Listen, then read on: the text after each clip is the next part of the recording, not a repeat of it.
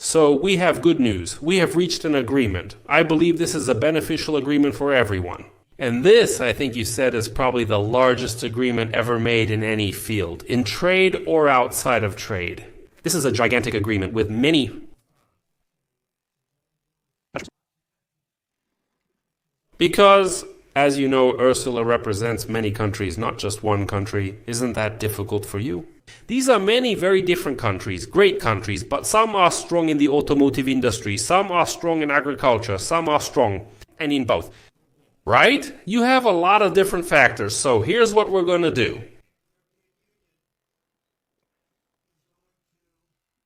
The European Union will agree to purchase $750 billion worth of energy from the United States. $750 billion worth of energy resources.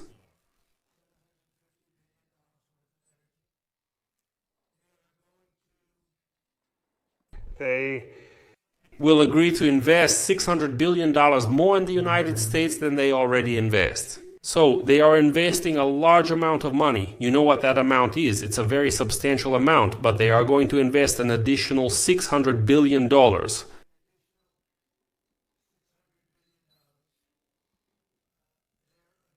They agree to open their countries for trade with zero tariffs. So that's a very important factor, opening up their countries. All countries will be open for trade with the United States with zero.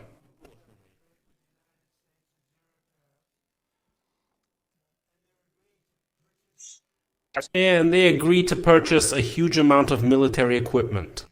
We don't know what that number is, but the good news is that we make the best military equipment in the world. So in a way, you have to do it. I mean, until someone surpasses us, which of course isn't going to happen. We are substantially leading all nations in military equipment, quantity and quality. You recently witnessed similar events in Iran, and it's happening again now, often for misguided reasons. These things cost $750 billion, $600 billion in the opening of countries. We agree that the tariff on cars and everything else will be a single tariff of 15%. Everything else will be a straight across tariff.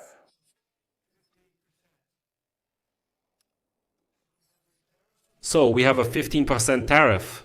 We're opening up all the European countries, which I think it's fair to say were mostly closed. I mean, you weren't accepting our cars, you weren't accepting our agricultural products, and then you had smaller things as well. But mostly it was closed, and now it's open. It's open for our companies so they can come in and do a good job with it. I think you'll like them, I think you'll like it. And we will, which is very important. They will invest a lot Of money. But military procurement is a big number, but it's a single number that we don't determine. It will be what it will be. But they will buy military equipment worth hundreds of billions of dollars. Significantly, they are going to Purchase energy. for $750 billion, so it's going to be great. And $600 billion of investment in the United States on top of what they already have. And $600 billion worth of investments into the United. I think that basically completes this deal.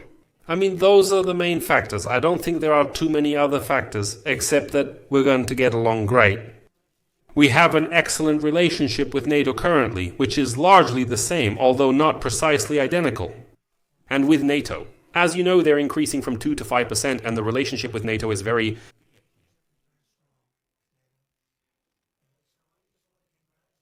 So I just want to congratulate you.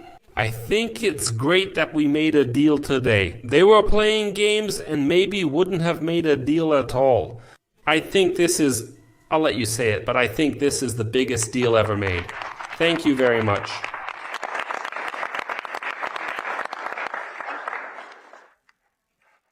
Yes, thank you. We made a deal. We made a trade deal between the two largest economies in the world. And it's a big deal. It's a huge deal. It will bring stability. It will bring predictability. This is very important for our businesses on both sides of the Atlantic. These are 15% tariffs, all inclusive on all items. Investments up. Which Mr. President just talked about will go to the United States and For purchases. there. Indeed, mostly European. The market is open. That's 450 million people, so it's a good deal. It's a huge deal. So it's a good deal. The negotiations were tough. I knew that from the very beginning, and they really were very tough, but we came to good conclusions for both sides. So once again, congratulations and thank you very much.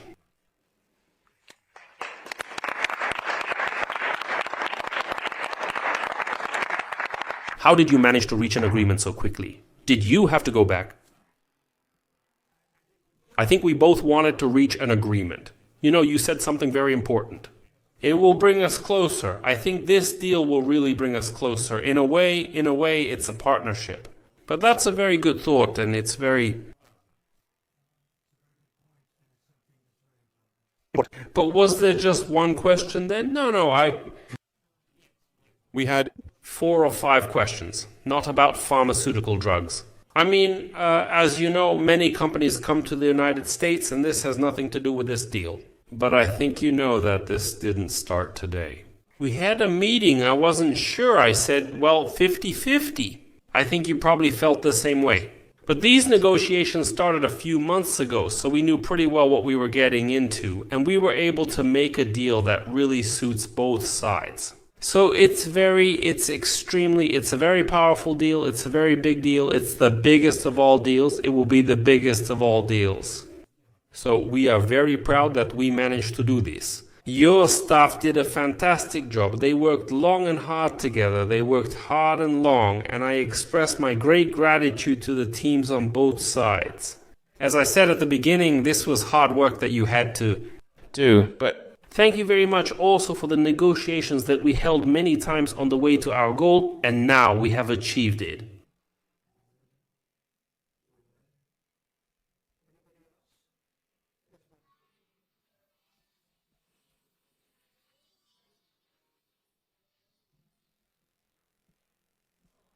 So, the starting point was an imbalance, a surplus on one side and a deficit on the side of the United States. And we wanted to restore balance in trade relations, and we wanted to do it in such a way that trade between us would continue across the Atlantic. Because the 2 largest economies should have a good trade flow. I think we achieved exactly what we wanted. We restored the balance, but at the same time ensured trade from both sides. Which means good jobs on both sides of the Atlantic and prosperity on both sides of the Atlantic. And that's very important for us.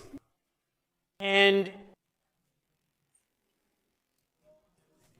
again, energy is a very important component because we have more energy than anyone else in this sense. And I think it would be very wise of them to buy a lot of energy resources, and that's a great thing that solves a lot of problems. So that was a great decision. I think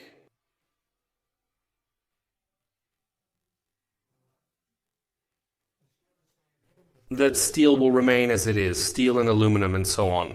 This is a global trend that will remain unchanged.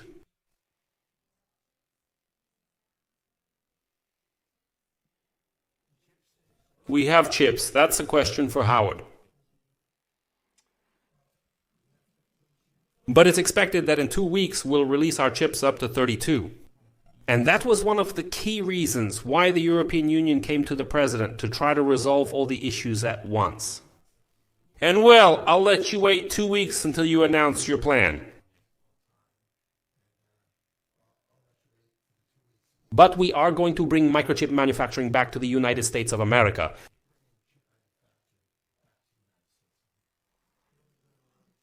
We will produce a lot of chips. Many companies from Taiwan and other countries are coming to the United States, and they are doing this to avoid tariffs. And the president really avoided tariffs in a way that was more beneficial for them, much more beneficial, much more convincing, I think, probably much more profitable, definitely much more profitable, and got a lot of benefit from it.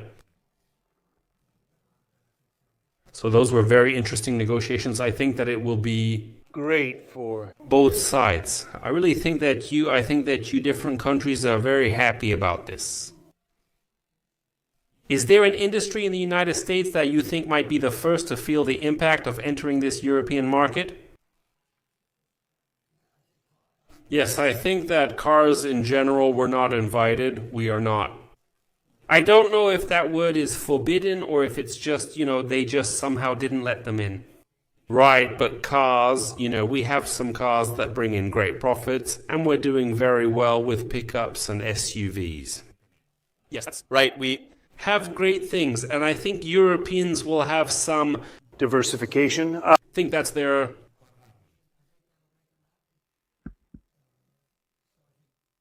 So I think that maybe cars will be the thing that will. Be the biggest.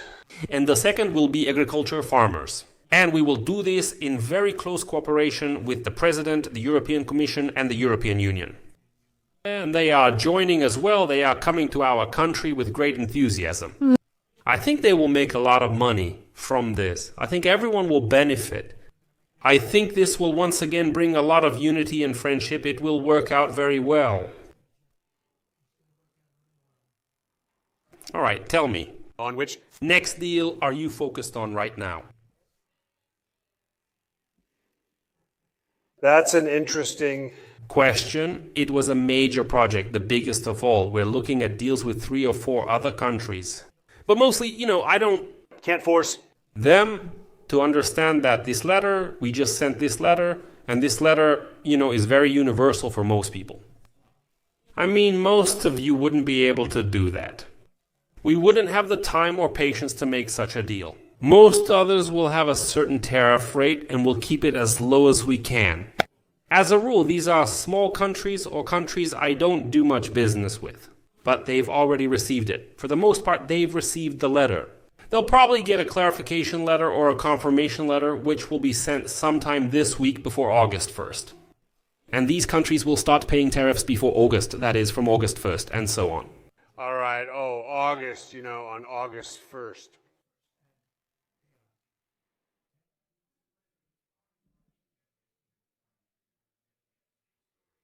Oh, You must be joking. It has nothing to do with that.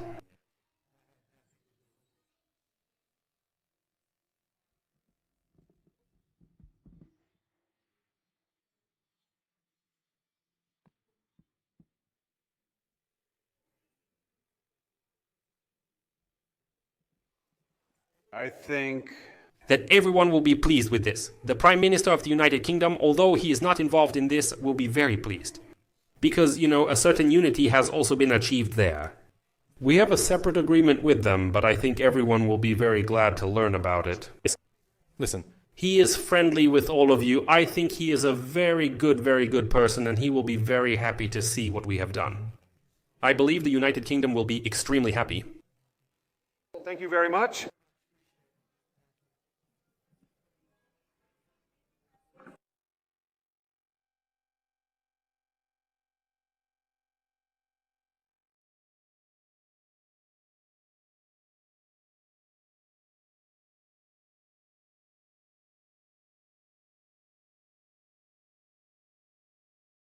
Subtitles created by